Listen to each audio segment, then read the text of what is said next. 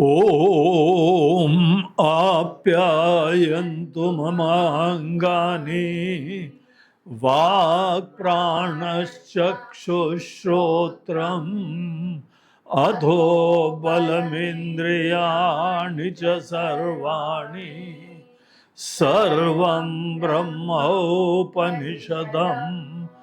माहं ब्रह्म निराकुर्याम् मा ब्रह्म निराकरोत् अनिराकरणमस्तु अनिराकरणं मे अस्तु तदात्मनि निरतेय उपनिषत्सु धर्मा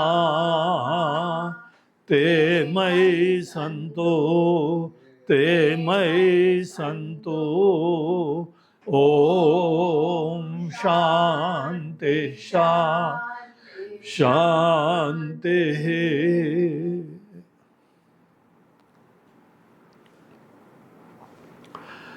हरि ओम। आइए केनोपनिषद के हम लोग एक अगले महत्वपूर्ण पड़ाव में प्रवेश करें। कल के सत्र में हम लोगों ने केनोपनिषद के प्रारंभ में पाठ करे जाने वाले शांति मंत्र का थोड़ा सा अध्ययन करा और उसके अंदर हम लोगों ने देखा कि यहाँ पे भगवान से विनम्रता से प्रार्थना करी जा रही है। देखिए, हम लोग यहाँ पे ईश्वर का ज्ञान, ब्रह्म का ज्ञान प्राप्त करने के लिए जा रहे हैं। और कल हम लोगों ने ये देखा कि उपनिषद के अंतर्गत हमको बेसिकली एक आत्म का ज्ञान दिया जाता है। कल हम लोगों ने देखा ना, सद धातु है, सद धातु के पहले दो प्रत्यय हैं, उपसर्ग, एक प्रत्यय होता है और दो उपसर्ग होते हैं। सद धातु में सबसे पहले एक प्रत्यय लगता है और उस प्रत्यय को क्विप प्रत्यय कहते हैं। क्विक नहीं, क्विप। तो क्विप प्रत्यय में क्या होता है कि कुछ धातु से चीज जुड़ती है और उसके उपरांत चली जाती है, फिर वो उसके अंदर दिखाई नहीं पड़ती है। लेकिन जब जब धातु में बहुत ही एक घनिष्ठता से क्विप प्रत्यय जुड़ जाता है तो उसको, धातु को वो कर्ता बना के जाती है। बड़े इंटरेस्टिंग है संस्कृत लैंग्वेज। संस्कृत लैंग्वेज को सब लोग को जो है अच्छी तरह से पढ़ना चाहिए। बड़े इंट्रिकेसीज हैं इसमें। अब ये पॉइंट हमने कल नहीं बताया था, इसीलिए आज स्पष्टीकरण दे रहे हैं। और जब ये सद धातु, जिसका मीनिंग होता है कुछ शिथिल करना, शेकअप करना, कुछ हमको किसी दिशा में प्रेरित करना और हमारे अंदर किसी चीज का नाश करना, और किसके बारे में ये कर्ता बना होता है, अब उसको कर्ता बना दिया है। सद धातु अर्थात कुछ करेगी, और यहां पे केवल एक ज्ञान मात्र कुछ करेगा। सामान्यतः ज्ञान आपको तैयार करता है कुछ करने के लिए, लेकिन उपनिषद में ऐसा ज्ञान दिया जा रहा है जहां ज्ञान ही कुछ करता है।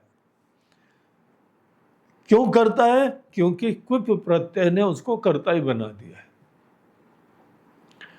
अब ये जो ज्ञान यहां उपनिषद में प्रतिपादित किया जा रहा है, वो ज्ञान किसी चीज के बारे में हमारे अंदर कुछ शेकअप करेगा, हिलाएगा,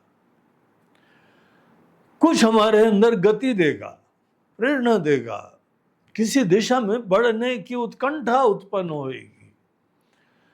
और यही जो है ज्ञान हमारे अंदर किसी चीज का नाश भी कर देता है। तो देखिए, मल्टी प्रॉन्ग्ड ये ज्ञान होता है। कितने विविध प्रकार का प्रभाव पड़ता है इस ज्ञान मात्र से। कई बार ज्ञान मात्र ही हमको लक्ष्य की सिद्धि करा देता है, और कई बार ज्ञान हमको लक्ष्य की सिद्धि नहीं कराता है, वो केवल तैयार कर देता है। उसके बाद हम कमर कस के कर्म के क्षेत्र में उतरते हैं, मेहनत करते हैं, और जैसे अच्छे कर्म करते हैं उसके अनुरूप फल प्राप्त होता है ना। यही दुनिया के समस्त ज्ञान उपनिषद और वेदांत के अलावा, जो उपनिषद शब्द से हमारे ही ऋषि, हमारे वेद, जो कि मूल रूप से भगवान की वाणी है, हमारे भगवान, आपके इष्ट देवता जो भी हो, शिव जी हो, राम जी हो, ये सब एक ही है, ईश्वर हैं। ईश्वर हमको उपनिषद शब्द से मानव मात्र को ये ज्ञान दे रहे हैं। बोलते हैं एक नॉलेज मात्र है, एक समझ मात्र है। शांत बैठ के, बल्कि सब कर्मों से फ्री होके, इतना शांत बैठना है तुमको, मन में करने की एंजाइटी, कर्म उत्कंठा कुछ भी नहीं होना चाहिए। इसीलिए कहा जाता है उपनिषद के ज्ञान के लिए टोटली फ्री होना चाहिए। मन लागो मेरो यार फकीरी में, हम लोग इसके लिए बोलते हैं संन्यास्त होना चाहिए। संन्यास एक बहुत इंटरेस्टिंग चीज है। संन्यास सब छोड़ने को नहीं बोलते हैं। अभी बोले घर में धमकाते रहो, देखो भैया भगवान समझ जाओ नहीं तो हम संन्यास ले लेंगे। संन्यास से मतलब क्या है? कई बार खिलाड़ी लोग बोलते हैं अभी इन्होंने संन्यास ले लिया है। एक बार तेंदुलकर के बारे में हमने खबर सुनी, तेंदुलकर अब क्रिकेट से संन्यास ले रहे हैं। बोला चलो भैया, हमारी मंडली में एक और आया। उसके बाद हम रास्ता देखते रहे कि ये कब संन्यास की दीक्षा लेंगे। वचन तो दे दिया है, प्रतिज्ञा तो कही दी है, लेकिन आज तक नहीं हुआ है। तो इसका मतलब यह है कि जगत में लौकिक दृष्टिकोण से संन्यास शब्द एक भिन्न जो है वो भाव के साथ प्रयोग करा जाता है, और ये हमारे आपके लिए जानना बहुत आवश्यक है कि संन्यास शब्द को यहाँ वेदांत के आचार्य लोग, और गीता में भी संन्यास शब्द के ऊपर प्रकाश डाला जाता है, उसका तरीका बताया जाता है, उसका स्वरूप बताया जाता है। इनफैक्ट भगवत गीता का ये एक प्रयोजन है कि हमको संन्यास शब्द का अर्थ रिवील कर रहे हैं, क्योंकि भगवान का ये प्रिय शिष्य बोल रहा था कि भगवान हम छोड़ के जा रहे, हम भिक्षा का जीवन जी लेंगे, लेकिन ये झमेले, ये संघर्ष, ये कॉम्प्रोमाइज, ये यहाँ पे चालाकी, ये स्वार्थ की पूर्ति के अंतहीन चेष्टाएं, अब इसमें हमारा मन नहीं लगता है। इन चीजों में अब हमारी प्रेरणा ही नहीं होती है। एक समय था हम ही लगे हुए थे इन सब चीजों में, लेकिन अब मन के अंदर उच्चाटन हो गया तो हम जा रहे। तो उसका मतलब था कि संन्यास ले रहे हैं। भगवान ने बोला कि बेटा तुम हमारे शिष्य बन गए हो, शिष्यस्ते हम शादी माम त्वाम प्रपन्नम, आपके चरणों में हम शरणागत हैं, आपके हाथ से शिष्य हो गए। शिष्य के नाते हम तुमको बता रहे हैं कि अर्जुन ये संन्यास का अर्थ नहीं है। जब आदमी का मन तैयार हो, आत्मा के ज्ञान की उत्कंठा हो, कर्म से कोई पलायन की मनोवृत्ति नहीं हो, यद्यपि कर्म का अंदर हमको कोई प्रेरणा नहीं रह गई, उच्चाटन भी होता है, लेकिन कर्म छोड़ते नहीं है सन्यासी लोग। बल्कि जितना ज्यादा चुनौतियां होती हैं, मुसीबतें होती हैं, वो और अच्छी तरह जूझते हैं, प्रॉब्लम को सॉल्व करने के लिए कभी पलायन नहीं करते। कुछ मन के अंदर विक्षेप हुआ, अशांति हुई, बेचैनी हुई, हम तो जा रहे हैं, खाने के लिए जा रहे हैं, बाहर घूमेंगे, बाहर खाएंगे, बाहर पिएंगे, बाहर ट्रैवल करेंगे। ट्रैवल उसके अंदर एक बहुत बड़ा जो है ना कारण बना हुआ है। हम जा रहे हैं, कहाँ ट्रैवल करने जा रहे हो? हाँ, हम ट्रैवल पे जा रहे हैं। देखो, ट्रैवल करने के द्वारा क्या हमारी समस्या का समाधान होता है? प्रॉब्लम तो यहां पे परिस्थिति में रह के मन के अंदर घुटन हो रही थी। हाँ, तुमने परिस्थिति बदल दी तो घुटन निश्चित रूप से थोड़ी देर के लिए समाप्त हो गई।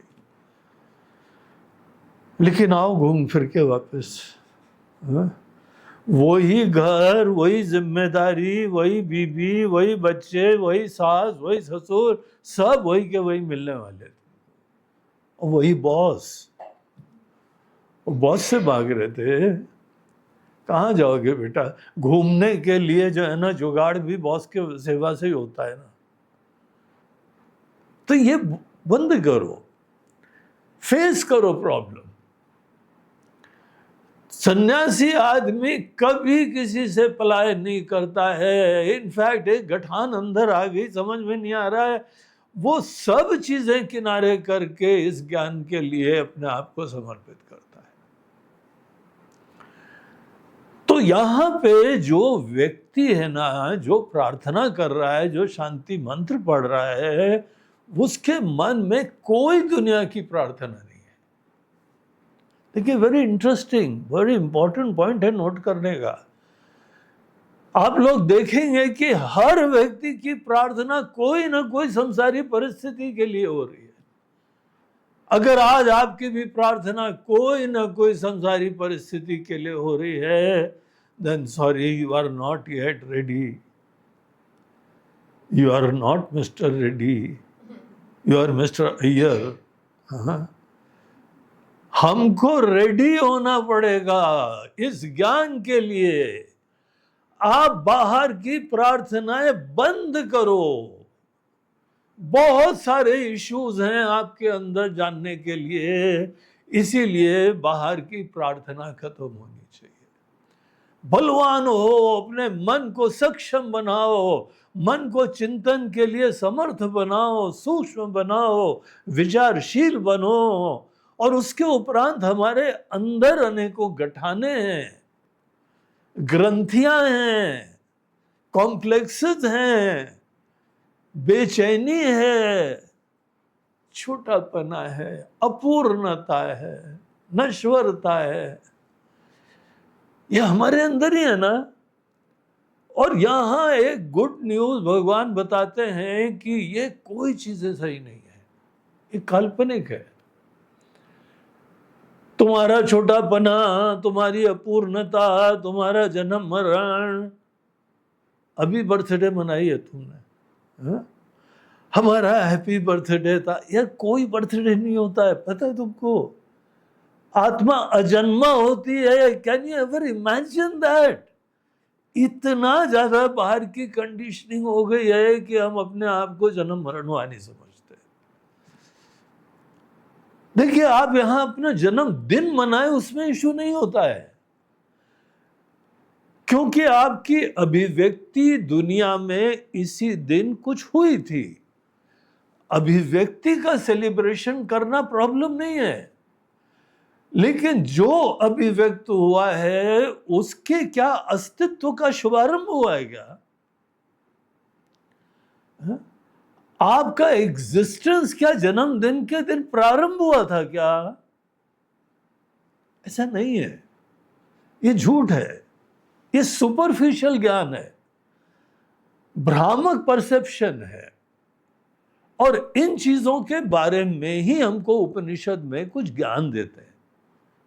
मात्र समझ है, मात्र ज्ञान है, कुछ करना नहीं है, मात्र समझना है।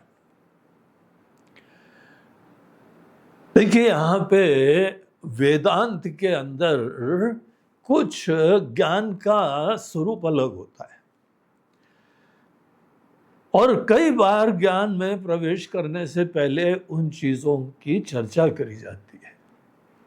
आप जब कोई भी ज्ञान दुनिया के बारे में लें, प्रोफेशनल आप हैं, कोई किसी भी प्रकार के फील्ड के स्पेशलिस्ट हैं, आपको जो ज्ञान मिला ना, वो ज्ञान एक बहुत कृपा वाला है, सहायक है, आपको सेवा का क्षेत्र देगा, आपको जो है यहाँ पे समर्थ बना देगा, मेहनत करोगे, कमाई करोगे, संसारी जरूरतें पूरी करोगे, ये सब काम करने के लिए जो ज्ञान होता है, वो ज्ञान एक अलग कैटेगरी का होता है।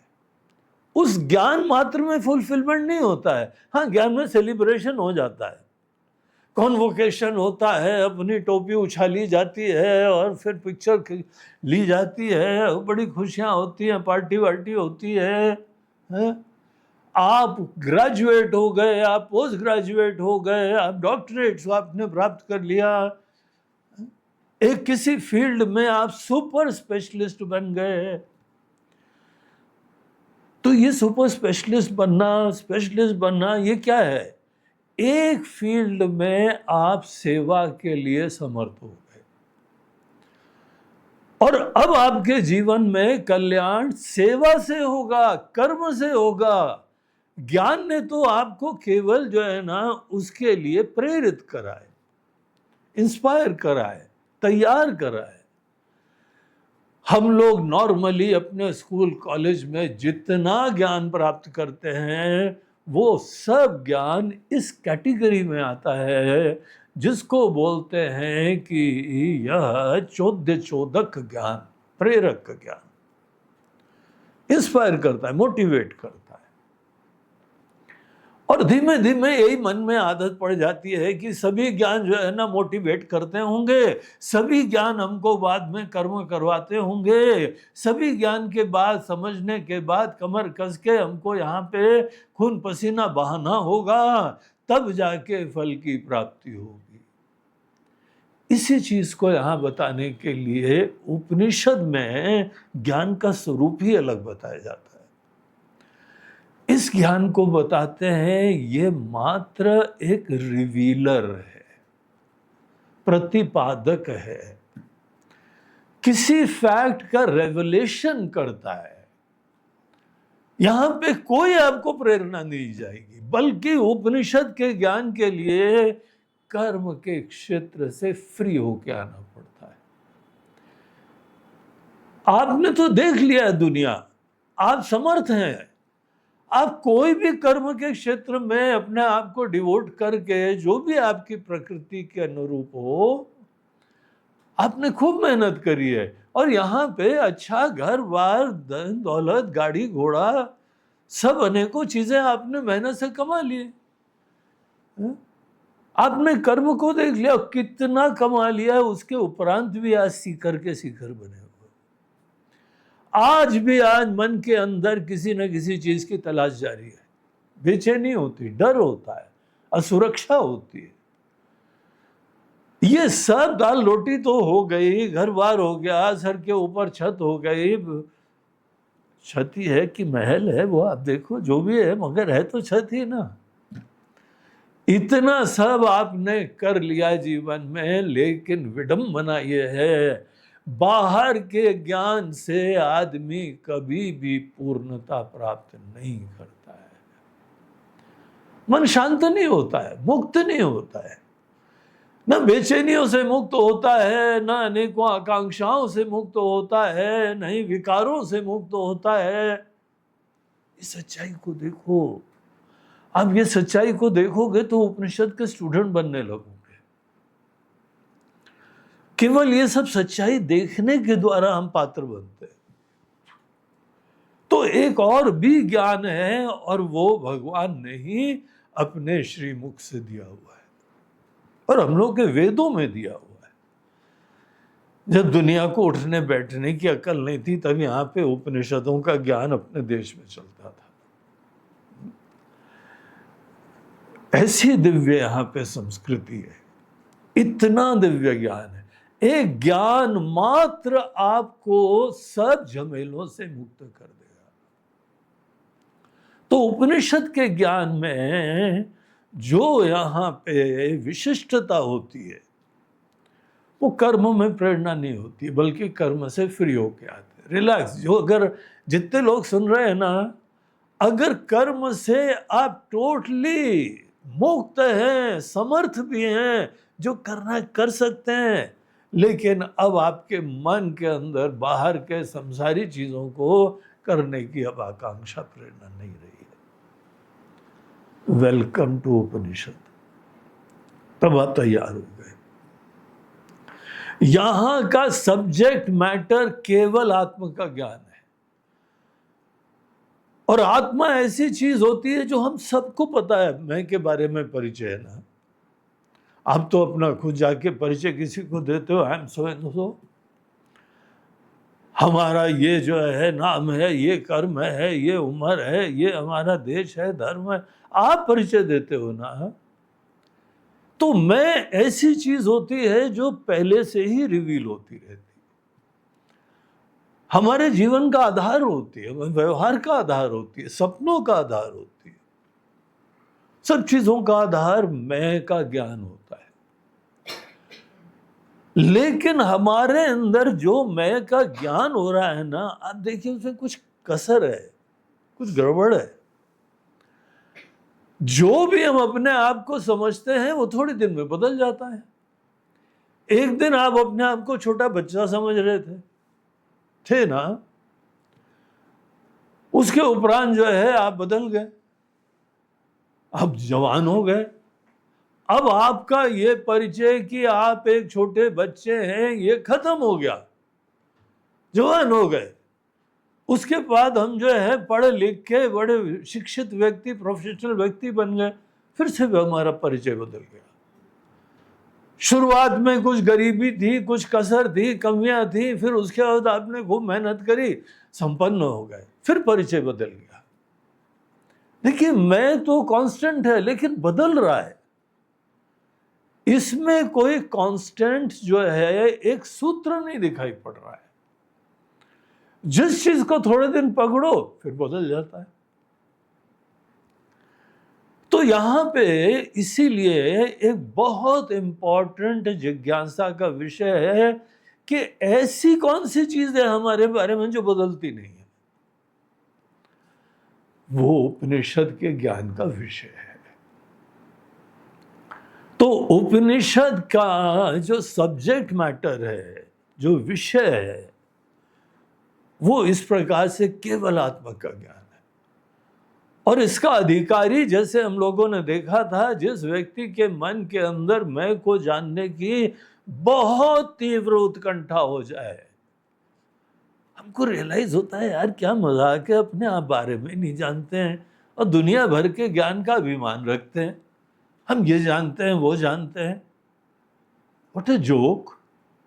अपनी असलियत नहीं जानते हैं और फोकट का अभिमान, किसी न किसी क्षेत्र में थोड़ा बहुत समझ आ गई है, बहुत ज्यादा आई भी नहीं है।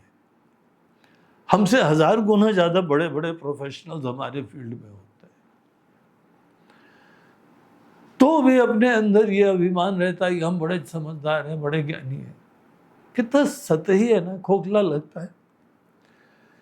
आप विनम्र रहो कि आत्मा के बारे में ही हम ठीक से नहीं जानते हैं, बाकी ज्ञान का क्या हमारा महत्व है। कोई आदमी कहीं रोड साइड में पड़ा हुआ है, मैं कौन हूं, मेरा घर कहाँ है, तो आप समझ जाओगे कैसे नशे में बेचारा चूर पड़ा हुआ है। जिसको अपना आता पता नहीं है, अपनी असलियत का ज्ञान नहीं है, उसका कौन सा ज्ञान हम बहुत ही आदर देंगे। तो उसको इसीलिए कोई ऋषि मुनि लोग ऐसे लोगों का आदर नहीं करते हैं। बोलते बहुत अच्छी बात है, तुम सेवा किसी फील्ड में करते रहो, लेकिन तुम्हारा अभी ज्ञान कोई आदरणीय नहीं है, अपने आप को नहीं जानते हो। तो ये अपने आप को जानने की अगर आपके अंदर कोई प्रेरणा हुई है, then you are ready for Upanishad. तो इस तरीके से सब्जेक्ट मैटर ऐसा है और इसका अधिकारी होता है जो भी साधन चतुष्टय संपन्न हो गया है। हैं? और इसका प्रयोजन क्या होता है? जो यहाँ पे हम लोगों को ज्ञान दिया जा रहा है उसका फायदा क्या होता है?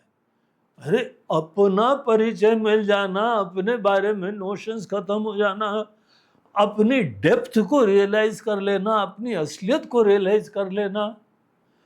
आपने जब ये शरीर धारण करा था तो पहले आप क्या थे, बाद में क्या हुआ ये तो देख ही रहे हो। दुनिया के मंच के ऊपर एक रोल प्ले कर रहे हो, लेकिन कौन आया था? उसका ज्ञान हमको उपनिषद देते हैं और इससे हमको एक अलग आइडेंटिटी प्राप्त होती है। बल्कि हमारे मनीषी लोग बोलते हैं कि अगर अपनी असलियत का ज्ञान प्राप्त कर लिया ना तो मुक्त हो जाओगे, पूर्णता में जग जाओगे। देखिए पूर्णता कितना अच्छा शब्द है, पूर्णत्वम। ये हमारी फ्रीडम का सूचक है, हमारी इंडिपेंडेंस का सूचक है, हमारी कंप्लीटनेस का सूचक है। और इसका ज्ञान आपको उपनिषदों में मिलता है तो ये प्रयोजन होता है, मुक्ति मिल जाती है, फिर आप फ्री बर्ड की तरह से जीते हो। देखिए भगवान के अवतार होते हैं, वो भी यहाँ उठते बैठते खाते पीते रिश्ते नाते सब होते हैं ना, लेकिन फ्री बर्ड होते हैं, मुक्त होते हैं। इसीलिए हम लोग कहते हैं भगवान की तो लीला है। और हम वही काम करें तो बोलते संसारी हो। बोलते इसलिए संसारी हैं क्योंकि हमारे यहाँ सीकिंग चलती रहती है, असलियत जानते नहीं है। तो ये ज्ञान अगर आपके मन में प्रेरणा है ना तो उपनिषद में मिलता है। तो इनको जो है ना अनुबंध चतुष्टय कहा जाता है, किसी ग्रंथ के अंदर के फंडामेंटल पॉइंट्स जो ग्रंथ को बांधे हुए अपने अंदर। और एक चौथा पॉइंट होता है संबंध क्या है। हमने अगर ये विषय का ज्ञान प्राप्त करा तो ये प्रयोजन की सिद्धि कैसे होगी। आपने वेदांत का उपनिषद का ज्ञान प्राप्त करा तो यहाँ पे उसके बाद क्या कुछ मेडिटेशन करना पड़ेगा, उसके बाद कोई साधना करनी पड़ेगी, कोई तपस्या करनी पड़ेगी। तो इसको बोलते हैं संबंध को समझना। ज्ञान के बाद फल की सिद्धि की प्राप्ति में क्या होता है। और तो इस उपनिषद के ज्ञान का संबंध भी बहुत ही एक क्लास अपार्ट होता है। यहां पे संबंध आपको कुछ भी नहीं करना होता है, केवल ज्ञान मात्र से प्रयोजन की सिद्धि हो जाती है। देखिए कई बार होता है ना, हमारे जैसे चश्मे वाले लोग, चश्मा उन्होंने ऊपर कर दिया और उसके उपरांत भूल गए चश्मा ऊपर। अब नॉर्मली आजकल के चश्मे कितने लाइट हो बढ़िया होता है, पता ही नहीं चलता है। और सबसे ढूंढ रहे हैं कहाँ रख दिया, कहाँ रख दिया। अभी बाथरूम गए थे, नहाने गए थे और ये कपड़े बदले थे, फिर यहाँ पे गए थे, वहाँ सब ढुड़ाई चल रही है। और दो चार बेचारे शिष्यों को डांट भी पड़ गई, कौन हमारे कमरे में हमारा चश्मा छूता है आके बताओ। ओ नालायक, उसको डांट वांट भी पिट गई। अब बाद में सब देख रहे हैं कि गुरुजी के सर के ऊपर ही चश्मा है और जबरदस्ती हमारे ऊपर ही जो है वो चढ़े जा रहे हैं। किसी ने बताया गुरुजी अपने सर पे हाथ रखो, बोलते हैं ये हाथ हमारा तो दूसरे के सर पे रखने वाला है, तुम्हारे सर पे रखेंगे तभी जाके तुम्हारी अकल आएगी। बोलते नहीं आप रखो तो जहां रखा तो अरे ये क्या लटका हुआ है। देखिए जब किसी ने बोला कि आपके माथे के ऊपर सर के ऊपर चश्मा है, उसके बोलने मात्र से चश्मे की प्राप्ति हो गई। ऐसा होता है कि जो चीज पहले से ही प्राप्त होती है, ऐसी चीज का जब अज्ञान होता है तो फिर एज दो अप्राप्त जैसी लगती है, पता नहीं हमको। और जहां जिस मोमेंट में ज्ञान होता है उस मोमेंट में आपको प्राप्ति हो जाती है, क्योंकि पहले से प्राप्त थी। ये है आत्म के ज्ञान का केस। यहां आपको इसीलिए ज्ञान मात्र में फोकस करना पड़ता है। कोई चिंता मत करो बाद में कुछ करना है।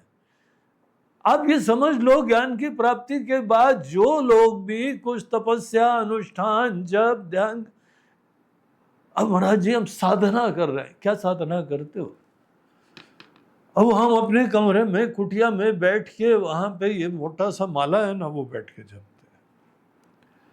बोलते हैं महाराज जी बहुत अच्छा है, आप तपस्वी हैं, आप अनुष्ठान करते हैं, भक्त हैं, लेकिन क्षमा करिएगा आपका ज्ञान उपनिषदों का ज्ञान नहीं है। अभी आपको पता नहीं है अपने आत्मा के बारे में, भगवान के बारे में, किसी चीज के बारे में नहीं पता है। अगर किसी व्यक्ति को आत्मा के बारे में, परमात्मा के बारे में अभी तक असलियत नहीं पता है, वो कल्पना में जी रहा है, वो भ्रम में जी रहा है, और कितना भी करता रहे कभी सिद्धि नहीं होती है। जो पहले से सिद्ध है उसके कौन से कर्मों से सिद्धि होने वाली है? तो उपनिषद का ज्ञान जो है इतना यूनिक है, इतना क्लास अपार्ट है कि आपको ये बात समझ के तब उपनिषद के ज्ञान के लिए प्रवेश करना चाहिए। तो इसीलिए यहां पे शांति मंत्र में कोई बाहर की प्रार्थना नहीं, बल्कि हम ज्ञान के लिए और पात्र बन जाए। जो जो उसके लिए कंपोनेंट्स चाहिए, हमारे अंदर आत्मा बल हो, इंद्रिय बढ़िया हो, मन बढ़िया हो, बुद्धिमान हो, ऐसे व्यक्ति उपनिषद का ज्ञान प्राप्त करते हैं। तो कल हम लोगों ने शांति मंत्र देखा, आज चलिए उपनिषद के अंदर प्रवेश करते हैं। जितने भी उपनिषद होते हैं वो क्वेश्चन आंसर रूप से होते हैं, बड़े पर्सनल होते हैं, वो भीड़ के नहीं होते हैं। अब नॉर्मली दुनिया के अंदर जब भी कोई प्रवचन कथा होती है ना, तो वहां पे देखिए कई बार कथाकार लोगों को हजारों की भीड़ होती है, तो हमको लगता है यार ये ज्ञान तो बड़ा गजब का होगा, हजार लोग सुन रहे हैं। अगर आप इन हजारों के पास जाके देखो ना, सब लोग बड़े बेचैन हैं, आतुर हैं, डिस्टर्ब्ड हैं, और बिल्कुल प्राइमरी लेवल के ऊपर होते हैं। कई बार श्रद्धा तक नहीं होती, भगवान की भक्ति भी नहीं चाहिए, अपना केवल स्वार्थ की पूर्ति करनी है उनको। प्रॉब्लम है जीवन में, समस्या है। दुनिया के अंदर अनेकानेक प्रॉब्लम्स हमको विनम्र बना देते हैं, खोजने के लिए प्रेरित कर देते हैं। वो अपने आप में सही में भक्तों की कैटेगरी नहीं होती है। इसीलिए भीड़ भाड़ देख के बड़े इंप्रेस मत हो जाओ, जरा थोड़ा देखो, नेता हो तो हो जाओ, नेतागिरी करना हो तो इतने वोट्स तुम्हारे हो गए, लेकिन अकल देखनी हो, किसी आदमी की बुद्धिमत्ता में भीड़ नहीं देखी जाती है। आपके यूनिवर्सिटी के वाइस चांसलर वो आपको सर्टिफिकेट देते हैं, तब आपके ज्ञान का प्रमाण है। आपको यहाँ पे जो है बाहर के दुनियादार के लोग, दुकानदार, रिक्शे वाले, तांगे वाले, ये सब लोग आपको बहुत तारीफ कर रहे हैं, तो आपका ज्ञान बड़ा महान है क्या? यार बेवकूफ लोग, अज्ञानी लोग, नासमझ लोग तुम्हारी तारीफ भी कर देंगे तो क्या होता है तुमको? ये सब बेचारे भोले भाले अज्ञानी लोग हैं, श्रद्धा तक नहीं है, भगवान की लीलाओं का ज्ञान तक नहीं है। कौन सा तत्व का ज्ञान ये लोग प्राप्त करेंगे? भीड़ भाड़ देख के कभी ज्ञान के प्रति आदर नहीं रखना चाहिए। वहां पे अनेकों लोग आ जाएंगे, खाने का जो है ना प्रसाद बांटेंगे, कहीं पे कोई भंडारा करेंगे, कोई किचन करेंगे, कोई पैकेट बना देंगे, कोई सब समाज सेवा करते हैं वो लोग। जहां भीड़ इकट्ठा हो जाए तो दुकानदारियां चालू होती हैं, ज्ञान नहीं होता है उसमें। आपको यूनिवर्सिटी जाके बहुत महान ज्ञानी का अगर परिचय लेना है तो भीड़ के बीच में नहीं, एकांत में कोई चिंतन रिसर्च करते हुए दिखाई पड़ेगा।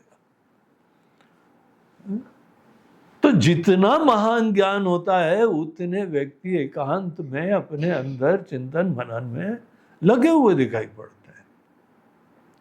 तो भीड़ की उपेक्षा करनी चाहिए। भीड़ में आपको कभी स्थायी ज्ञान नहीं मिलेगा, गहरा ज्ञान नहीं मिलेगा। हमारे पास भी जिस समय हमको पब्लिक प्रवचन करना हो ऐसी चीजें ही बतानी पड़ती हैं जिससे यहाँ पे ये नया आदमी आया है, ये पुराना है, ये भी बिल्कुल ही घूमते फिरते चला आया है, पॉपकॉर्न खा रहा है प्रवचन में बैठ के। सब प्रकार के लोग हैं। हमारी जिम्मेदारी होती है कि ऑर्गेनाइजर ने किसी तरीके से इनको एक बार बुला लिया, हम टिकाए रखें और कुछ ना कुछ प्रेरणा दे। उनके लेवल पे उतर के उनको प्रेरणा देना हमारी जिम्मेदारी हो जाती है।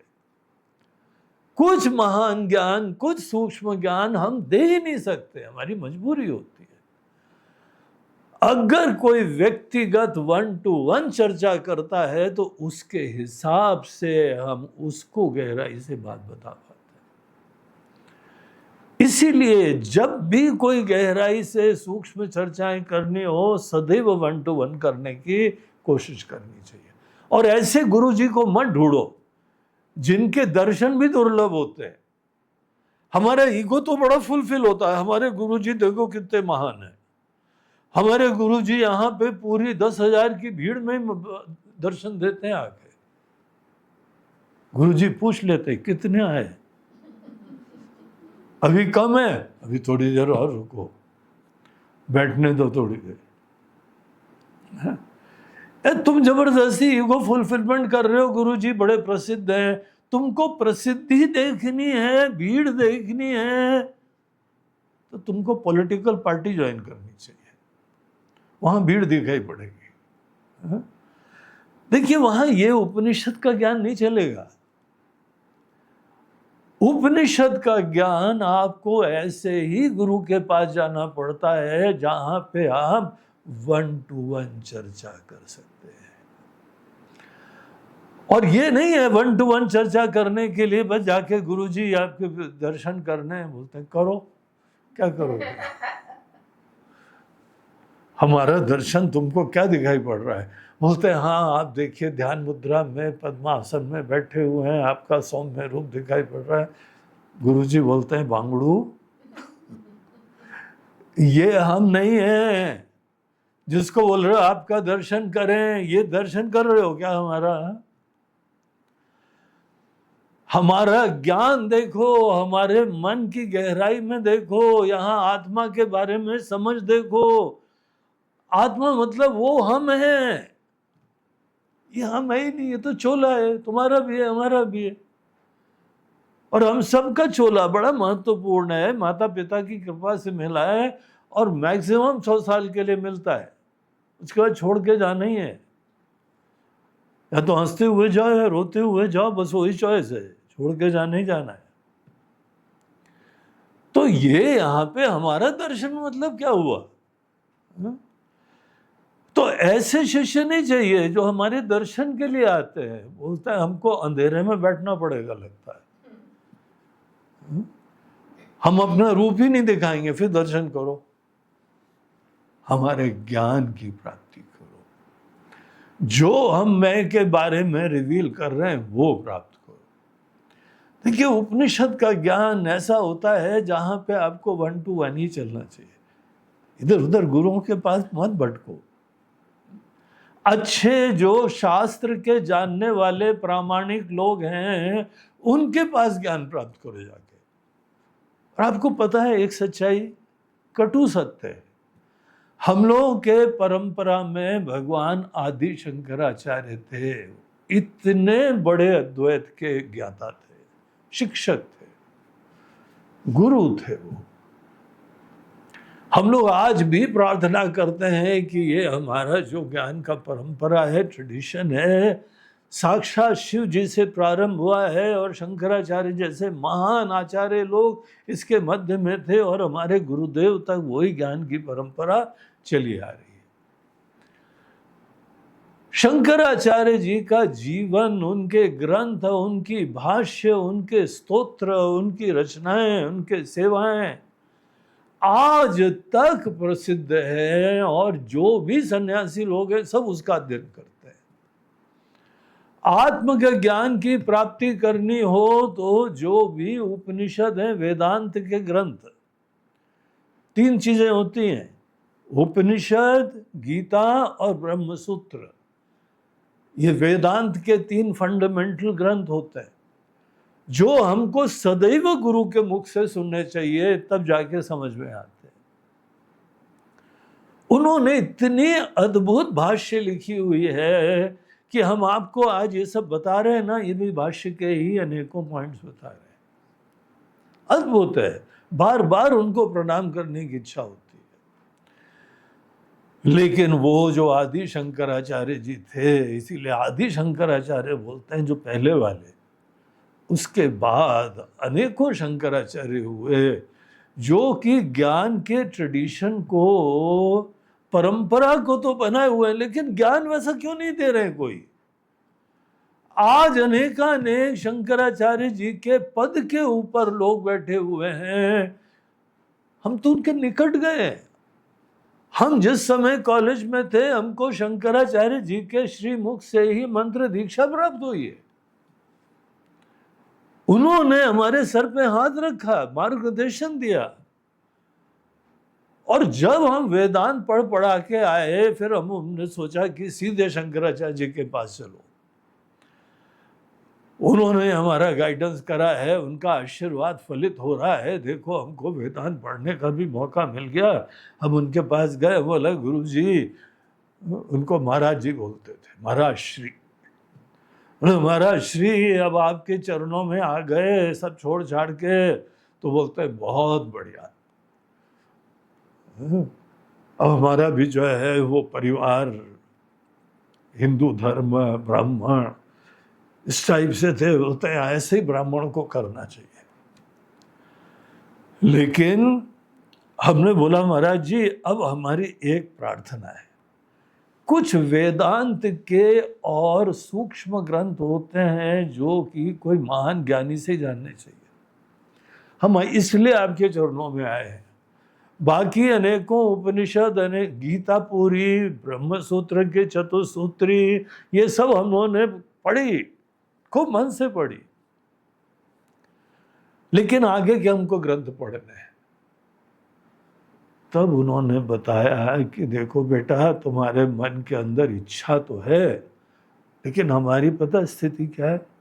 शंकराचार्य के पद पे बैठने के बाद हम यहाँ पे डेली कथाएं करते हैं और भागवत आदि ही करते रहते हैं, क्योंकि सामान्य पब्लिक आती है।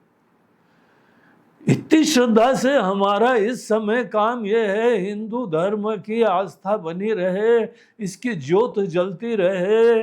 हम वेदांत की बातें इन लोगों को बोल ही नहीं सकते। हम तो शॉक्ड हो गए, आश्चर्यचकित हो गए।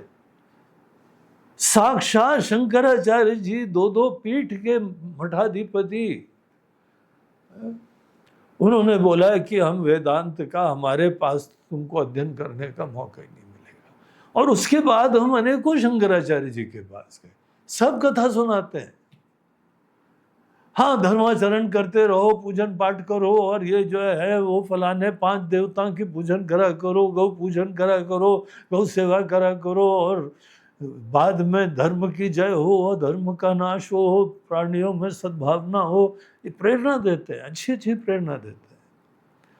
लेकिन वेदांत नहीं पढ़ाते। बोला है ये तो बहुत ही अफसोस की बात है, कहाँ जाएं दुनिया में। हमने सोचा था सीधे शंकराचार्य जी के पास पहुंच जाओ तो वहां पे तो वेदांत का बड़ा गहन ज्ञान मिलेगा। सच्चाई यह है कि यहाँ वेदांत का प्रवचन भी नहीं चल रहा है। अब उनका बड़ा स्नेह था, बड़ी आत्मीयता थी। उन्होंने बोला देखो ऐसा करो, हमारा आश्रम है फलानी जगह, वहां हमारी पर्सनल लाइब्रेरी की चाबी हम तुमको दिलवा देते हैं। उन्होंने मुख से कहा, बोला तुम वहां जाओ और वहां पे अच्छी तरह रहो और अध्ययन कर लो। अब मैं उनसे क्या बोले, और बड़े लोग होते हैं, आदरणीय होते हैं, ज्ञानी थे वो, लेकिन इस सब चीजों का मौका ही नहीं मिल रहा है। बोला महाराज जी आपकी कृपा से ग्रंथ वन तो सब है हमारे पास, पढ़ाने वाला नहीं है कोई। बोलते हैं यहाँ पे तो कोई चांस ही नहीं है। फिर हमको थोड़े दिन बाद वहां से ही जो है प्रस्थान करना पड़ा, फिर और दूसरे आश्रमों में गए, ढूंढा कहीं ना कहीं कुछ मिले। लेकिन ये कटु सत्य है कि आज शंकराचार्य के नाम से जो लोग हैं, आप उनके निकट जाके देखो कैसे कैसे नियम होते हैं, कैसे कैसे उनकी शिक्षा होती है। वेदांत का ज्ञान नहीं होता है, बाकी सब होता है। ये उपनिषद का ज्ञान नहीं होता है। उपनिषद का ज्ञान 1 to 1 ही होता है। कोई भीड़ नहीं चाहिए। भीड़ के हिसाब से आपको जो है ज्ञान देना हो तो वो ज्ञान हमारे दृष्टिकोण से खत्म हो गया। तो यहां पे जो है एक शिष्य किसी गुरुजी के पास, वो गुरुजी क्या होते हैं, उनकी भी क्वालिफिकेशन होती है। उनको कहा जाता है श्रोत्रिय ब्रह्मनिष्ठ गुरु होने चाहिए। श्रोत्रिय हो अर्थात शास्त्रों के वेदांत का जो साइंस है, पूरा विज्ञान है वेदांत का, उसके बारे में बहुत अच्छे विशेषज्ञ होने चाहिए। कथाकार नहीं। रामायण भागवत में वेदांत नहीं आता है। इसीलिए वेदांत पढ़ने के लिए अलग गुरु के पास ढूंढना पड़ता है। सुपर स्पेशलिस्ट होते हैं, उनको बोला जाता है श्रोत्रिय। और ब्रह्मनिष्ठ होने चाहिए। ब्रह्मनिष्ठ अर्थात पंडित जी तो हो, विद्वत्ता तो हो, पांडित्य हो, लेकिन खुद आनंद में रमने चाहिए। इतना सरल संतुष्ट जीवन हो कि आपको दिखे कि वो अपने अंदर कृतार्थ है, आनंद में। सदैव उठते बैठते सोते जागते हम आनंद स्वरूप ब्रह्म है। ये जिनके अंदर ज्ञान होता है उनको ब्रह्मनिष्ठ बोलते हैं। तो अगर कोई गुरु श्रोत्रिय होते हैं, ब्रह्मनिष्ठ होते हैं, they are the right teachers for Vedanta. ढूंढो ऐसे को। महाराज जी मिलते नहीं है, कोई बात नहीं, लगे रहो। क्योंकि अगर स्पेशलिस्ट नहीं मिला और किसी जीपी से काम चलाना होगा, जनरल प्रैक्टिशनर से, तो क्या क्या दवाई देते हैं आपको पता है। और जो है विनाश हो जाता है। सुपर स्पेशलिस्ट को जानने के लिए कहीं जाना हो, ढूंढना हो। शंकराचार्य जी का जीवन आता था, केरला से ढूंढते ढूंढते यहाँ पे मध्य प्रदेश में नर्मदा तट तक आए थे, तब जाके उनको अपने गुरुजी मिले। मन में उत्कंठा होनी चाहिए। श्रोत्रिय ब्रह्मनिष्ठ गुरु को प्राप्त करने की मन में प्रेरणा होनी चाहिए। और ये आपको दिखता है कि वो वेदांत की बात बोलते हैं कि नहीं। दूसरे लोग वेदांत के अलावा बोलते ही नहीं है कुछ, सदैव वेदांत की चर्चा करते हैं। और आनंदित होने चाहिए, धन्य होने चाहिए, कृतार्थ होने चाहिए। सुगंध आती है उनके अंदर। ऐसे किसी गुरु के पास ढूंढते ढांढते एक शिष्य, एक जिज्ञासु, बहुत विचारशील, बहुत ही विरक्त, संसार की चीजों से मुक्त, ऐसा एक स्टूडेंट यहाँ पहुँचता है। और जब हम लोगों को किसी गुरु के पास पहुँचते हैं ना, इमीडिएटली आपको प्रश्न की स्वतंत्रता भी नहीं होती है। आप जो है ना, ये लोग रहते भी एकांत वेकांत में, भीड़ भाड़ में पसंद नहीं है। आपको भीड़ भी चाहिए, हाँ, पिक्चर भी चाहिए, क्लब भी चाहिए, गेम्स भी चाहिए, सब भी चाहिए, इन लोगों को कुछ नहीं चाहिए। ये वहां जंगल में रहना मात्र ही साधना होती है। सरलता से रहो, सुरक्षा से रहो, मस्ती से रहो और अध्ययन करते रहो, ऐसे ही लोग होते हैं। इनके पास जब जाएं तो ये लोग पहले इनका सिस्टम बता रहे हैं, आपको बोलते हैं हाँ बहुत अच्छा है, तुम आए, तुमको ये ज्ञान चाहिए, यहीं पे अपनी कुटिया बना लो, रहो। हमारे गुरुदेव बताते हैं कि वो ज्ञान की प्राप्ति के चक्कर में ऋषिकेश से उत्तरकाशी गए। वहां बताया गया कि एक स्वामी तपोवन करके हैं, बहुत बड़े श्रोत्रिय ब्रह्मनिष्ठ विरक्त महात्मा जी हैं। उनका इतना सरल तपस्वी जीवन है, कोई टिकता भी नहीं उनके साथ। तो अगर उनके पास जाओ, उनकी कृपा मिल जाए तो तुमको ये ज्ञान मिल जाएगा, गारंटीड है, इतने महान ज्ञानी है। तो वो गए, ढूंढते रहते, पता लगा एक कुटिया थी, वहां पे छोटी सी झोपड़ी, वहां पे वो रहते थे। वहां गए, उनको प्रणाम करा और बोला महाराज जी हमको वेदांत आपके मुख से सुनना है। तो उन्होंने बोला जरूर सुनो। तो बोला कि महाराज जी हम अभी वहां से ऋषिकेश से आए हैं, यहाँ परिचय नहीं है। बोलते परिचय वरिचय नहीं, यहाँ पे पेड़ के नीचे अपनी झोपड़ी बनाओ रहो, और यहाँ कोई भंडारा नहीं, किचन नहीं है। हम भी गांव से जाके मांग के लाते हैं और खाते हैं, भिक्षा हमको जितनी मिल जाती है उसी से खाते हैं। तुम भी ऐसा जीवन जियो, पहले थोड़े दिन रहो यहाँ पे। कोई चॉइस ही नहीं है। अब ये नहीं है, कोई हॉस्टल नहीं है आसपास, कोई होटल नहीं है यहाँ, धर्मशाला है क्या महाराज? तो बोलते रहो जाके धर्मशाला में। तो ये सब चीजों से आदमी फ्री हो तो बोले रहो यहाँ पे, और कुछ दिन तक रहो, गंगा जी में स्नान करो। तो तुम्हारा जी बहुत ठंडा पानी है। बोलते हैं हाँ फिर ठंडा पानी है। ड्राई क्लीनिंग करो, जो करना है करो, गंगा जी की भक्ति प्राप्त हो जाए जब, और वहाँ से स्नान करके तुम हमारे पास आओ, तब जाके हम आगे की बातें बताएंगे कुछ। और कोई किताब, कोई पेन, कोई पेंसिल हमारे पास नहीं है। तुमको जो ग्रंथ पढ़ना है उसका जुगाड़ करके लाओ। हम तो यहाँ झोपड़ी में जंगल में बैठे हुए हैं, अगर तुमको पढ़ना है तो फिर तुम किताब ले आओ। और बाद में मत बोलना महाराज जी बॉल पेन हमारा खत्म हो गया, तो पेंसिल लाओ। जो करना है करो, हमारे पास कुछ भी नहीं है, तो हमसे केवल ज्ञान मिलेगा।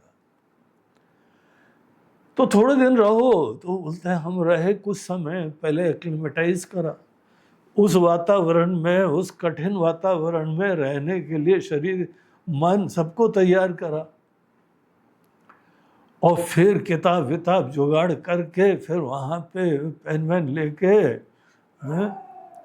वो पहुँचे, और फिर उनके पाद दंडवत प्रणाम करा। बोलते हैं महाराज जी अब हम रेडी हैं।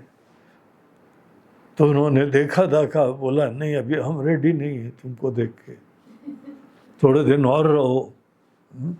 तो उनके अपने पैरामीटर्स होते हैं, कितना जो है रिलैक्स्ड माइंड है, कितना तेजस्वी आंखें हैं, कितना जिज्ञासु है, कितना तपस्वी है, कितना सन्यासी है। ये सब चीजें उनके पैरामीटर्स होते हैं, और अनकॉम्प्रोमाइजिंग होते हैं। कोई कमर्शियल एंगल नहीं है, केवल पात्र को ज्ञान देने में सौभाग्य खुशी है। और पात्र हो के नहीं, वो तुम देखो। प्रश्नोपनिषद में तो अनेकों लोग आए थे, तो उनको बोला था 1 साल रहो, 1 साल के बाद हम तुमसे प्रश्न पूछेंगे, अगर हमको आता होगा तो बताएंगे, नहीं तो बोलेंगे सॉरी। महाराज जी व्यवहारिक बात है, पहले प्रश्न पूछ सुन लो ना, आता हो तो हम रह लें 1 साल। बोलते हैं नहीं, ये श्रद्धा तुमको रखनी पड़ेगी। हमको अपने कोई क्रेडेंशियल्स, अपने सर्टिफिकेशंस, अपना कोई ज्ञान बताने की जरूरत नहीं। श्रद्धा से रहो और श्रद्धा से सुनो। तो गुरु लोग प्रश्न पूछने से पहले वहां पे उनको रिलैक्स करते हैं। देखिए क्या होता है कि हमारे दिल से प्रश्न आए, हम अपने मन की बात पूछ पाए। दिल की बात आप सबसे कर नहीं सकते हो, और खासकर पहली मीटिंग में आप मन के इसलिए दिल की बात करोगे क्या? पता ही नहीं होता क्या बात करें। तो ये रिलैक्स होना चाहिए। थोड़े दिन तक जो है ना, वो एक दूसरे का तालमेल बैठाना पड़ता है, और दिल से बात सुनना, बोलना और दिल से सुनना, इतनी ट्यूनिंग अप हो जाए तब जाके उपनिषद के गुरु और शिष्य का संवाद होता है। हम भी देखने लगे कुछ कमी दिख रही है, चश्मा था हमारा कहाँ चला गया, हम ही ने ऊपर कर दिया था। हाँ? तो एनीवे यहाँ पे जो है वो गुरु शिष्य का, ऐसे अच्छे गुरु शिष्य का मिलना हो, उनके मन में प्रसन्नता हो, और फिर ये ज्ञान वो पूछा जाता है। तो एक बहुत ही अच्छा संयोग हुआ। एक सामवेद के अंदर ये प्रसंग हमको प्राप्त हो रहा है कि एक शिष्य, यहाँ न गुरु का नाम दिया है न शिष्य का नाम दिया है। केनोपनिषद नाम इस उपनिषद का है क्योंकि प्रश्न केन शब्द से चालू होता है। बस केनोपनिषद मतलब ये उपनिषद है जहां पे फर्स्ट वर्ड इज केन। ना गुरु को अपना नाम बताने का कोई इंटरेस्ट है, ना शिष्य को अपना कोई आइडेंटिटी बताना है। बड़ा जी हम ये हैं, हम वो हैं। बोलते हैं यार थोड़े दिन और रुको, जाओ थोड़ा नाम का झंडा लहराओ दुनिया में। ये सब चीजें हमको थोड़ी देखनी है, तुम्हारा प्रश्न देखना है, तुम्हारी बुद्धिमत्ता देखनी है। इस तरीके से एक गुरु शिष्य किसी एकांत स्थान में बैठे हुए हैं और फिर शिष्य एक प्रश्न करता है। आइए आज हम लोग प्रश्न में प्रवेश कर लेते हैं, फिर इसका अर्थ अब तो कल ही देख पाएंगे। केनेशितं पतति प्रेषितं मनः,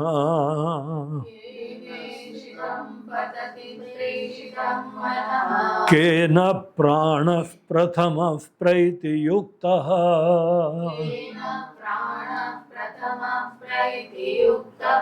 केनेषितां वाचमिमां वदन्ति,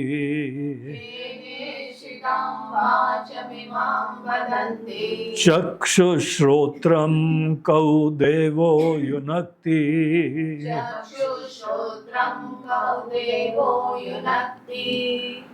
तो ओम केनेषितम, ओम जो है वो जोड़ दिया जाता है उपनिषद के प्रारंभ में। प्रश्न इनका केनेषितम पतति प्रेषितम मनः। तो ये यहाँ प्रश्न है। क्या प्रश्न का अर्थ है? बहुत ही सुंदर प्रश्न है।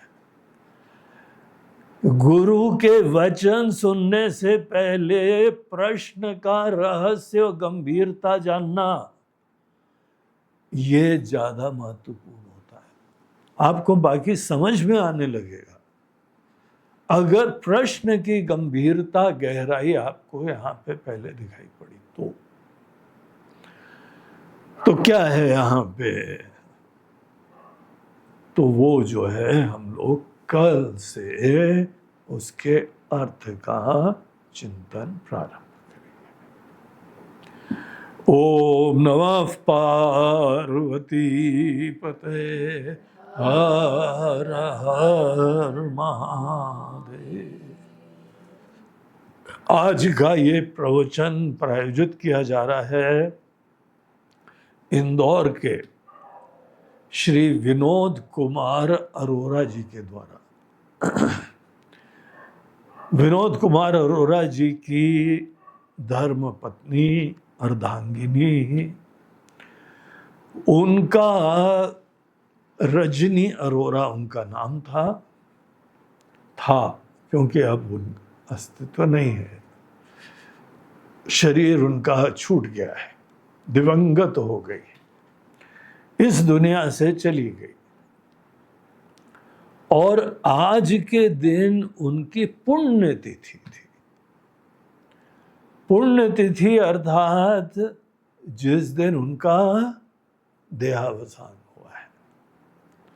अंग्रेजी डेट के हिसाब से वो जो है ना, इसी तारीख को उनका शरीर छूटा था। तो उनकी ही स्मृति में बड़ी जीवंत थी, बड़ी डायनेमिक थी, बड़ी श्रद्धालु थी, बहुत सेवा भाव थी उनके अंदर, और बड़ी श्रद्धा रखती थी यहाँ पे हमारे प्रति भी, आश्रम से जुड़ी रहती थी, खूब सेवा करी उन्होंने, इतना बढ़िया बढ़िया भोजन भी खिलाया हमको, बड़े उत्साह से, बड़ी लगन से। तो उनके ही स्मृति में आज की ये सेवा है। तो वो दिवंगत के लिए भी हमारी बहुत बहुत प्रार्थनाएं हैं। पूरा परिवार उनके जाने के वजह से बड़ा एक वैक्यूम हो गया, और पूरे परिवार के लोग कैसे चल रहे हैं, उनका आशीर्वाद तो बरस रहा है। तो रजनी जी और अरोरा परिवार को हमारी बहुत बहुत शुभकामनाएं, आशीर्वाद। ओम नमः पार्वती पतये हर हर नर्मदे हर बोलो जय